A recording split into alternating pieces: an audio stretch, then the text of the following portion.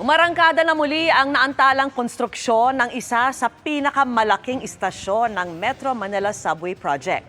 Ang paghahanda sa epekto sa trapiko sa pagtutok ni Joseph Morong.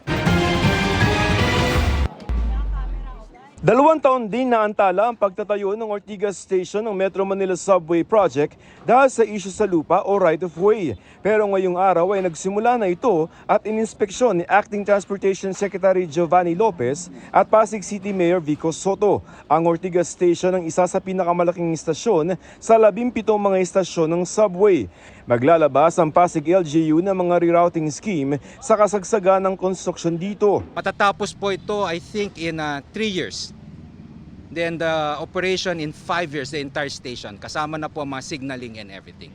Ang Metro Manila Subway Project ay isa sa mga malalaking infrastructure project na iiwan ni dating DOTR at ngayon ay DPWH Secretary Vince Dizon sa itinalagang Acting Secretary ng DOTR. Ipinangako ni Lopez na magtutuloy-tuloy ang mga ito. Si Lopez ay responsable sa pagresolba ng mga right-of-way issue tulad sa North-South Commuter Railway Project at Metro Manila Subway Project. 3 kontrata ng subway ang naghihintay pa na mai-award na magtatayo ng mga istasyon mula Kalayaan Avenue hanggang NAIA Terminal 3. At bago matapos raw ang taon na ito ay mareresolba na rin ang mga issue sa lupang daraanan nito.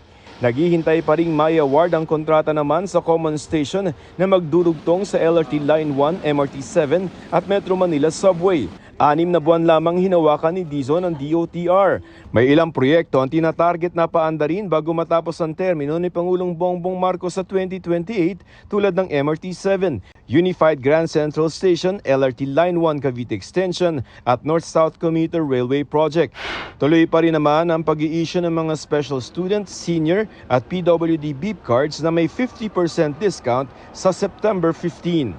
The most important thing we need to do now is to ensure that everything that has been started upon the directives of the President continues. And pabilisan pagalo. Para sa GMA Integrated News, Joseph Morong, Nakatutok 24 Oras.